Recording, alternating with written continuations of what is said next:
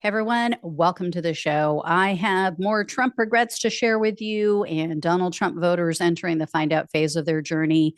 Before I dive into all these, though, if you like my content, please hit the subscribe button below the video. Really helps out with the YouTube algorithm. If you're new to the channel, feel free, watch to the end and then hit the subscribe button because you will like it. But anyway, so first up is a video that is kind of gone viral on TikTok. I don't know anything about this man. I don't know who he is, but he apparently showed up at the DC hands off protest. You guys might recall there were big protests all throughout the country on April 5th. And here's what he had to say. I voted for my own job loss like a damn fool. And I ain't ashamed to admit I won't do that again. So I don't know. I don't know if that was like a character from the Boondocks or what that was, but yeah, laughed my ass off. Anyway, next up is a man who posted on Twitter, quote, I voted for Trump and the economy was one of my top reasons. If I could go back, I wouldn't have voted for him. Anybody who voted for Trump for economy either agrees with me or was just a Fox News parrot anyway. Another Twitter user wrote, quote, I voted for you 3 times, Mr. President. However, you decimated middle-class retirement funds with this trade war. I cannot support you any longer. You have crushed my ability to retire. I agree that things need to be negotiated and better deals need to be made, but we are paying. And then a man named John also tweeted about the tariffs. He said, quote, I'm starting to think maybe I shouldn't have voted for Trump last November. These tariffs are starting to get ridiculous now that you are affecting my retirement. I hope for your sake things get better quick, in all caps. The same day, another man named Perry tagged Trump on Twitter and he told him, quote, Mr. President, I enthusiastically voted for you, but you are failing baby boomers with your constant flip-flopping on tariffs. Collectively today, those who are either retired or planning will lose billions of dollars in their retirement accounts. And you guys know I have to say it. With how much I love the movie Arthur, don't you just hate Perry's wife? Anyway, if you haven't seen that movie, I don't know what you're doing with your life. But anyway, another guy named Bob also tweeted out on April 3rd, and he said, quote, Mr. Trump, why, in all caps, are you destroying the American seniors' retirement accounts? This is not what we voted for. 3 exclamation points. Oh, yes, it is, Bob. Yes, it is. This next Trump voter posted a video on TikTok, and I'll just let you see it for yourself. Check this out. I'm a small business owner that is directly being affected by the 104% tariff that has been put on China. I import alloy wheels for cars, and I do somewhere in the neighborhood of 10 to 15 containers a year, which is a small business in regards to this industry. At 104%, I am absolutely going to implode and will not last 6 months. So, yeah, that guy definitely voted against his own best interests. And he went on in the video to ask for referrals to suppliers or countries where he can source material other than China. And he said he's been reaching out to other suppliers, but no one's returning his call. Yeah, I mean, I would say it's probably because they're inundated with inquiries from a ton of American businesses that Trump just screwed over. And I should mention too, since he posted that video, he got a ton of backlash from people saying, oh, well, this is what you voted for and don't feel bad for you. I love this for you. All these nasty comments. So then he posted another video and he's like, I don't understand why you people are, feeling so happy about my demise and the trouble I'm having and blah, blah, blah. And, just because of who I voted for, I don't judge people based on who they vote for. I judge them based on their character and whether they're a good person, blah, blah, blah.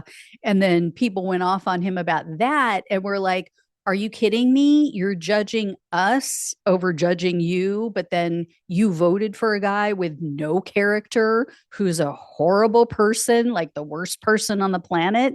Like, get over yourself. And look, I don't want this guy and his family to suffer, but admit that you screwed up. Admit that you made a mistake. Admit that you should have done your due diligence. And maybe you should have listened to people who tried to warn you about Donald Trump. And then we can talk. Then nobody's going to, well, there still will be people who wish harm on you. I'm not one of them. If someone says, you know what, I messed up, I admit it. This was a huge mistake. I should have listened and I'm going to own it. I have all the respect in the world for people like that. It takes a lot of courage. So, anyway, next up is a response to a BuzzFeed article where they asked Trump voters, how are you feeling about these tariffs? So someone replied, quote, I voted for a strong economy. His tariff policies have tanked the markets and will likely increase inflation. This is hurting real people right now. Retirees, soon to be retirees, and low income families are especially hurting. Yeah, I've heard him say it's going to get better. It just takes some time. But real people are really hurting right now. He wasn't elected to make it worse, even if temporarily. And then over on Reddit, someone posted in a conservative group, quote, I voted for common sense and a return to normality, not economic suicide. 5% of my retirement portfolio gone in one day.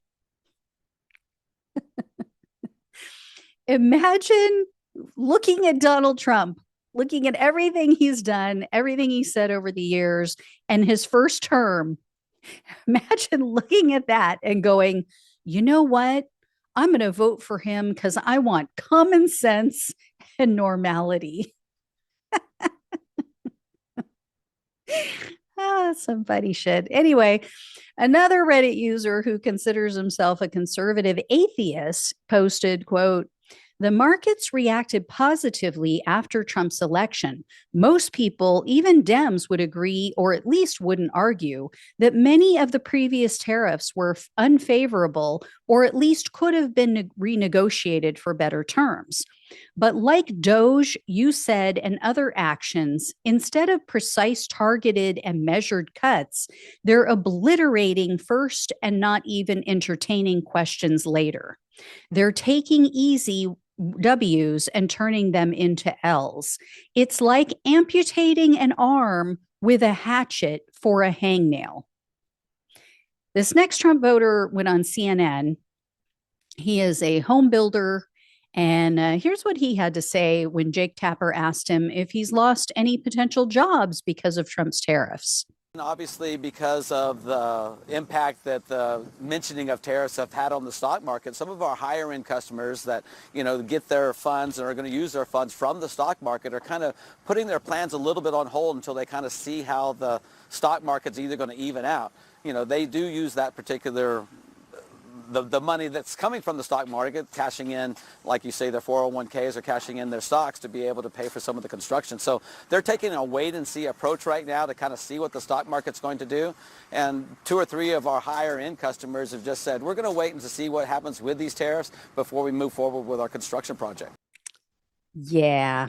What's funny is that in the beginning of their conversation and interview, this guy said, oh, no, I haven't seen any issues with jobs, blah, blah, blah. I think he was referring to track homes and track build outs. But yeah, it's obviously impacting him in his spec housing market. And did you guys know that, I didn't know this, that the construction companies, they use semen as a material. I had no idea, but this builder said it twice. Check it out. Cement and some potash material that's coming over from Mexico, and obviously lumber, cement, and other commodities such as that. So who knew, right? I mean, this is all we need, guys. Get out there. All the men watching, get out there. Help with this shortage. It's up to you to help bring manufacturing back to the United States. Grab a magazine, go get a video, do your part.